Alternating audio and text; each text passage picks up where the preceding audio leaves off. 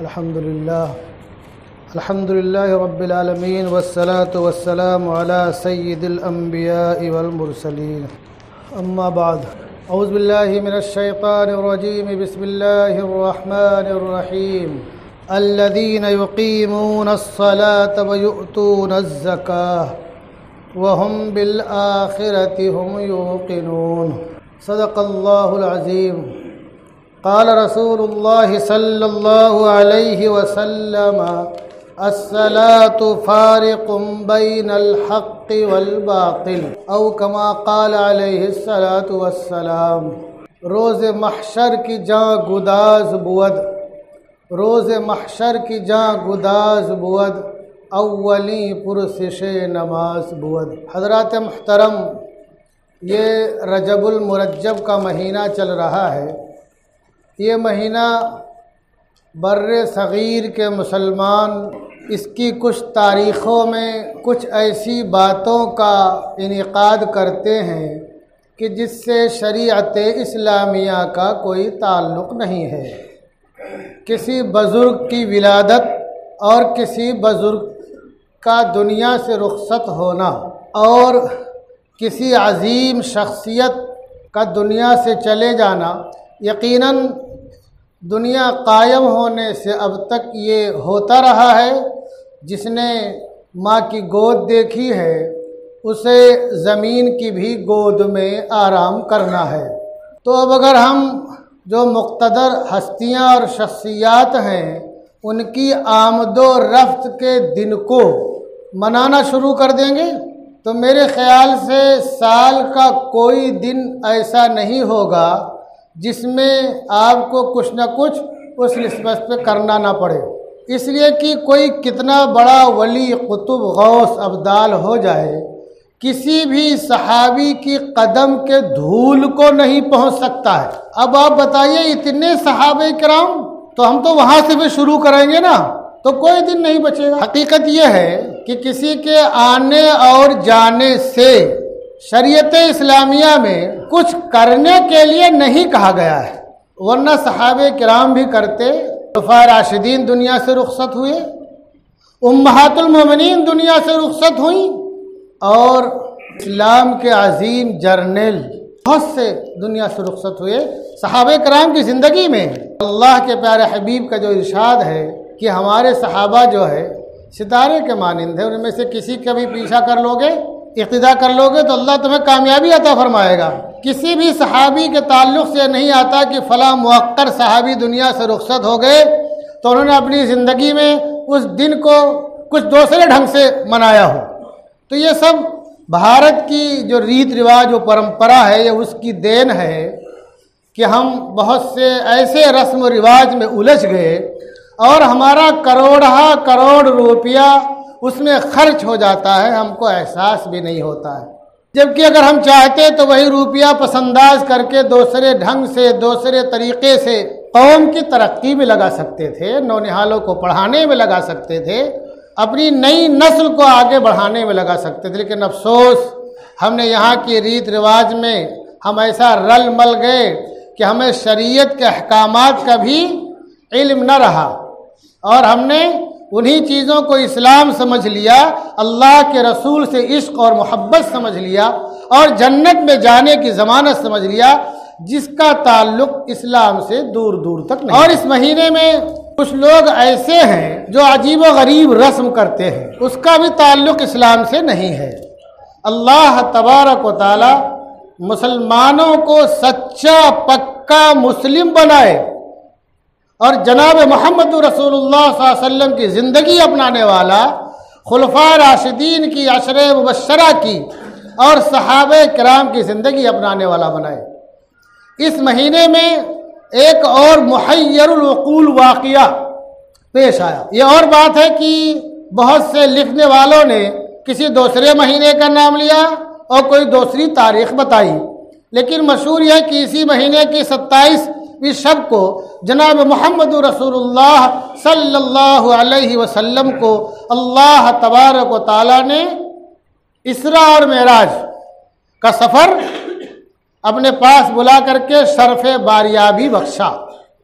یقیناً دنیا کی تاریخ میں یہ بہت ہی عجیب واقعہ ہے، اور جناب محمد رسول اللہ صلی اللہ علیہ وسلم کا اعزاز، آپ کا اکرام، آپ کا خاتم النبیین ہونا، امام الرسل ہونا، فخر الرسل ہونا، فخر کائنات ہونا، فخر موجودات ہونا، اور اللہ تبارک و تعالیٰ کے نزدیک سب سے زیادہ معزز، محترم، مکرم ہونا، یہ بتلاتا ہے واقعہ۔ اس واقعے کی جو تفصیلات ہیں آپ حضرات نے بارہا سنا۔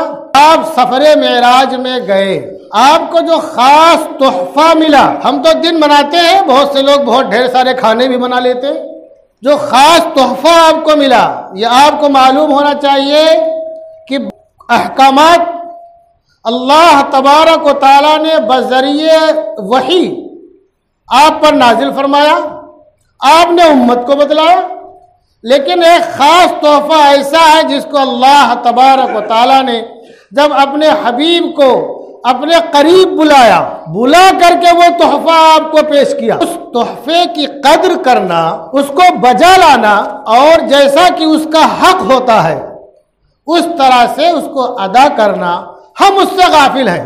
ہم کو تو رسم و رواج کی تمام تاریخیں معلوم ہیں، تمام باتیں معلوم ہیں، جس کے تعلق سے شریعت اسلامیہ میں کوئی تاکیدی حکم ہی نہیں ہے، لیکن جو عظیم تحفہ اللہ تبارک و تعالیٰ نے جناب محمد رسول اللہ صلی اللہ علیہ وسلم کو اپنے پاس بلا کر کے دیا، اس تحفے سے ہم غافل ہیں۔ وہ تحفہ کیا ہے؟ نماز کا۔ کیا تحفہ ہے؟ نماز۔ ہمارے بہت سے بھائی نماز کے تعلق سے نماز پڑھ لیں گے، ایسا نہیں ہے دوستو۔ اللہ کے پیارے حبیب کا فرمان ہے الصلاۃ فارق بین الحق والباطل، کہ نماز جو ہے حق اور باطل کے درمیان فرق کرنے والا ہے۔ نماز جو ہے حق اور باطل کے درمیان فرق کرنے والا ہے۔ مطلب کیا ہے؟ اگر ہم نماز کی پابندی کرتے ہیں، اس پر محافظت اور مداومت کرتے ہیں، تو ہم گویا کہ حق کے پرچم کو بلند کرنے والے ہیں، اور ہم اگر اس سے غفلت برتتے ہیں تو ہم کیا کرنے والے ہیں خود سمجھ لیجئے۔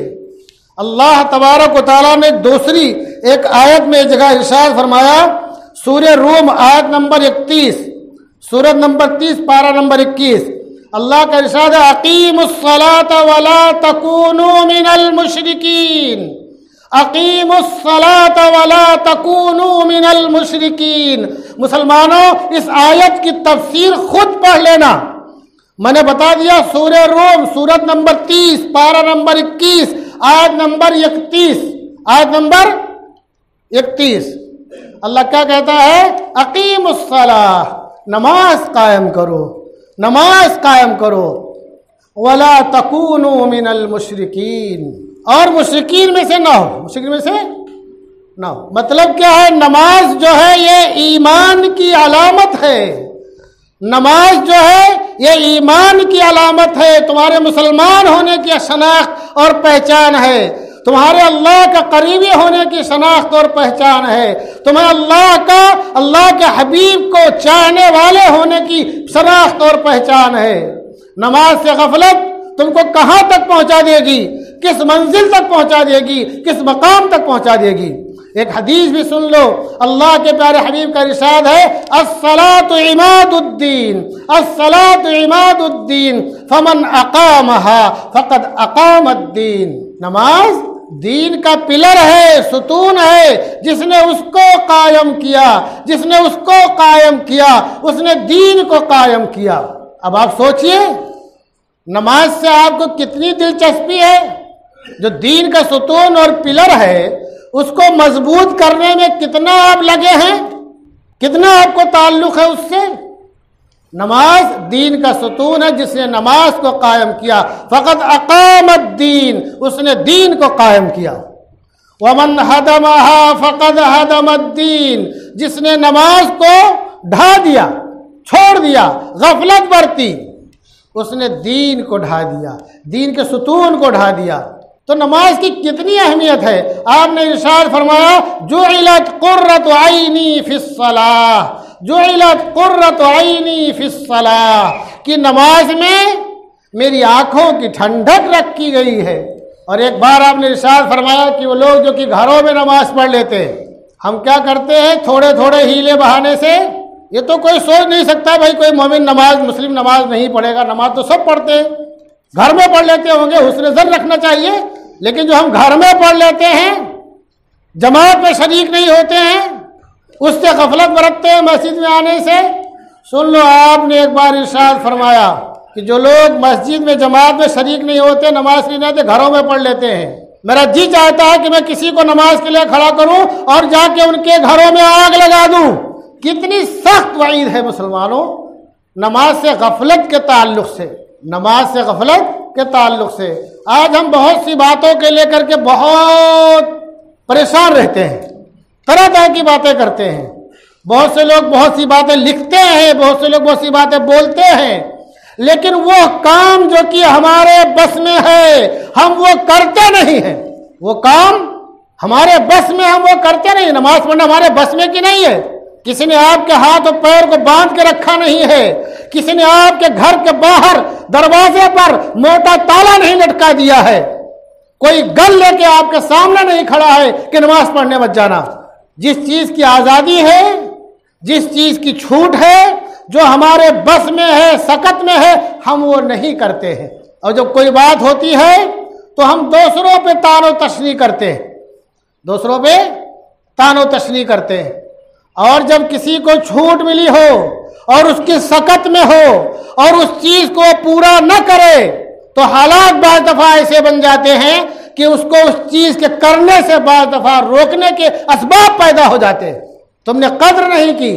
اللہ نے ارشاد فرمایا الذین یقیمون الصلاۃ ویؤتون الزکاۃ وہم بالآخرۃ ہم یوقنون.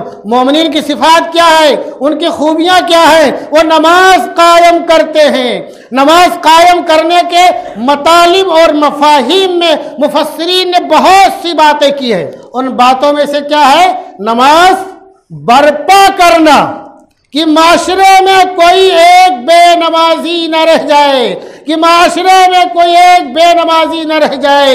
ہمارے پڑوس میں, ہمارے گھروں میں, ہمارے محلے میں, ہمارے آبادی میں ہم نماز کو اس طرح برپا کر دے کہ ہر شخص نماز سے ایسے ہی تعلق رکھنے والا بن جائے جیسے کہ برف سے ٹھنڈک کو تعلق ہے اور سورج کی کرنوں سے گرمی کا تعلق ہے, انسان کی زندگی کا روح سے تعلق ہے, انسان کے چلنے پھرنے کا کھانے پینے سے تعلق ہے, اور ہوا جب چلتی ہے ہوا کے چلنے سے ٹھنڈک کا تعلق ہے. قائم کرنے کے مطلب کو بعض لوگوں نے یہ بتلایا کہ معاشرے میں کہ تمام لوگ نمازی ہو جائیں, نماز سے غفلت کسی کے ذہن میں بھی نہ آئے, بے توجہی کبھی کوئی سوچ ہی نہ سکتا ہو.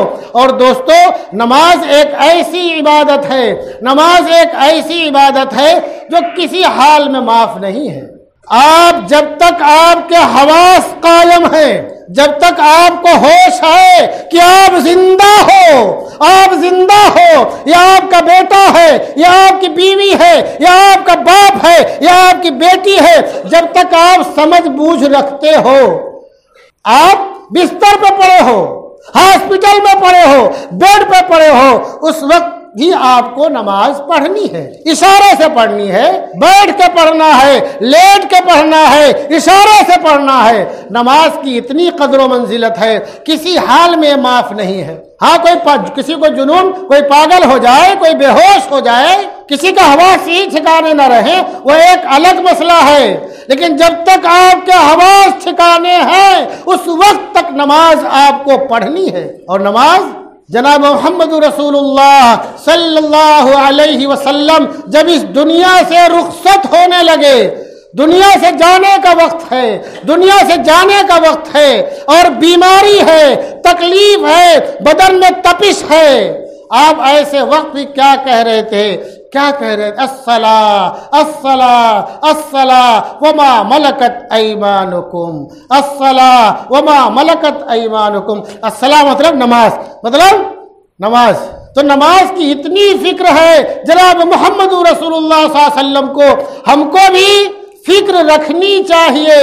ہمارے بہت سے بھائی کیا بولتے ہیں کہ مصروفیات اتنی ہیں, کاروباری مصروفیات, جاب کی مصروفیات, میٹنگ کی مصروفیات, آفس کی مصروفیات, کیا بولتے ہیں مولانا فرصت نہیں ملتی ہے. حقیقت میں انسان کو فرصت کب ملے گی؟ جب ملک الموت پہنچے گا، لے کے چلا جائے گا، تو فرصت ہی فرصت رہے گی۔ تو ہمارے وہ بھائی جو بولتے ہیں فرصت نہیں ملتی، سن لو مسلمانوں، اللہ نے ارشاد فرمایا سورہ منافقون آیت نمبر 9، سورہ منافقون آیت نمبر 9، سورت نمبر 67، پارہ نمبر 28، اللہ کیا کہتا ہے؟ یا ایھا الذین آمنوا لا تلہکم اموالکم ولا اولادکم عن ذکر اللہ، یا ایھا الذین آمنوا لا تلہکم اموالکم ولا اولادکم عن ذکر اللہ ومن یفعل ذلک فاولئک هم الخاسرون۔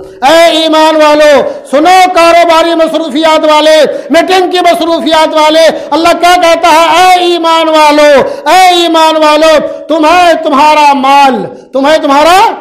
مال اور نہ تمہاری اولاد اللہ کے ذکر سے غافل کرے۔ مطلب کیا ہے؟ تمہاری کاروباری مصروفیات اور تمہاری آل اولاد تم کو نماز سے غافل نہ کرے۔ ذکر کا مطلب بہت سے مفسرین نے نماز ہی بتلایا ہے۔ تو ہم جو بولتے ہیں مولانا کاروباری مصروفیات کیا کروں، بڑی میٹنگ ہے اور جانا ہے، فلانا دھماکہ ہے، یہ اللہ کے ہے بہانہ کام نہیں آئے گا۔ حالت جنگ میں، حالت جہاد میں، جبکہ دشمن کی فوجیں لگی ہو سامنے اور تم مقابل میں کھڑے ہو، ایسے وقت بھی نماز معاف نہیں ہے، چھٹی نہیں ہے۔ آدھی فوج مقابلے میں رہے گی اور آدھی فوج نماز پڑھے گی۔ آپ اٹھا کے دیکھو مسئلہ۔ تو ہماری کاروباری مصروفیات، بچوں میں لگنا، آل اولاد میں مشغول ہو جانا، ایسے وقت میں ہمیں نماز کی چھٹی کیسے ہو سکتی ہے؟ تو اللہ نے بہت ہی ڈنکے کی چوٹ پہ اعلان کر دیا کہ اے ایمان والو، تمہارے مال اور تمہاری اولاد اللہ کے ذکر سے غافل نہ کرے۔ وَمَن يَفْعَلْ ذَلِكَ فَأُولَئِكَ هُمُ الْخَاسِرُونَ۔ جس نے ایسا کیا، کاروباری مصروفیات میں لگا رہ گیا، آل اولاد کے ناز نخرے اٹھانے برداشت کرنے میں لگا رہ گیا، فَأُولَئِكَ هُمُ الْخَاسِرُونَ، تو یہی لوگ ٹوٹا اٹھانے والے ہیں، نقصان اٹھانے والے ہیں، خسارے میں رہنے والے ہیں۔ تو دوستو، نماز کی ہم خود پابندی کریں، اپنے گھر میں بیوی بچوں کو بھی نماز کی پابندی پر ہم ان کو حکم دیں، ان کو تنبیہ کریں۔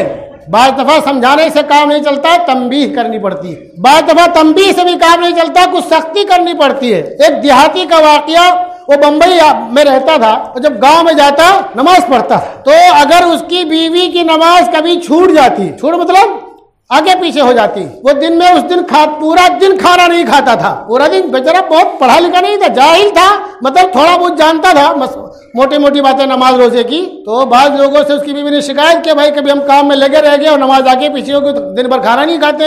تو اس نے کہا دیکھو نماز کبھی معاف ہے نہیں، اور ہم دونوں زندگی کے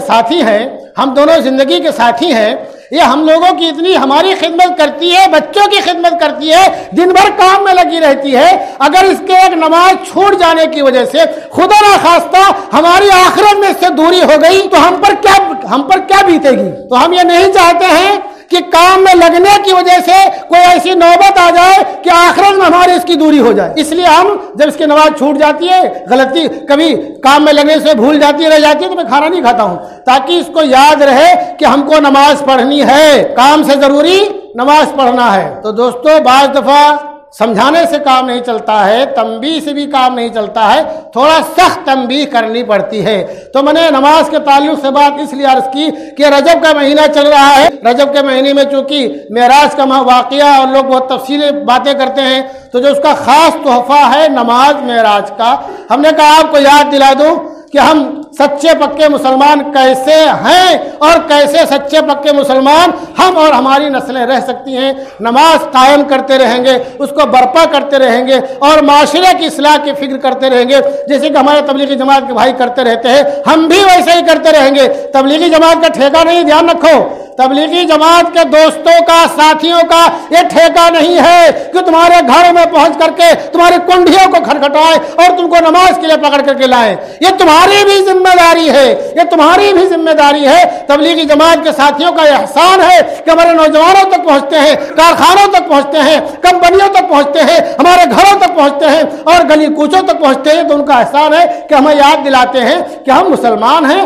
نماز کے لیے ہم مسجد میں آنا چاہیے۔ وہی ذمہ داری ہماری ہماری بھی ہے کہ ہم اپنے گھر والوں کا اور گرد و پیش کا سب کا جائزہ لیتے رہیں اور سب کو نماز کی ترغیب دیتے رہے۔ اللہ تبارک و تعالی ہم تمام لوگوں کو اور ہماری نسلوں کو اسلام پر باقی رکھے، ایمان پر خاتمہ فرمائے، شہادت کی موت نصیب فرمائے، اور جناب محمد رسول اللہ صلی اللہ علیہ وسلم کے محبوب شہر مدینہ منورہ کے جنت البقیع میں دفن ہونے کی سعادت عطا فرمائے، اور تمام جو شرور و فتن چل رہے ہیں، جو طوفان چل رہا ہے، جو ہوائیں چل رہی ہیں، اللہ تبارک و تعالی ہم لوگوں کی اور ہماری نسلوں کی حفاظت فرمائے، اور ہماری طرف سے ظالموں کے لیے اللہ تبارک و تعالی کافی ہو جائے۔ وما علینا الا البلاغ۔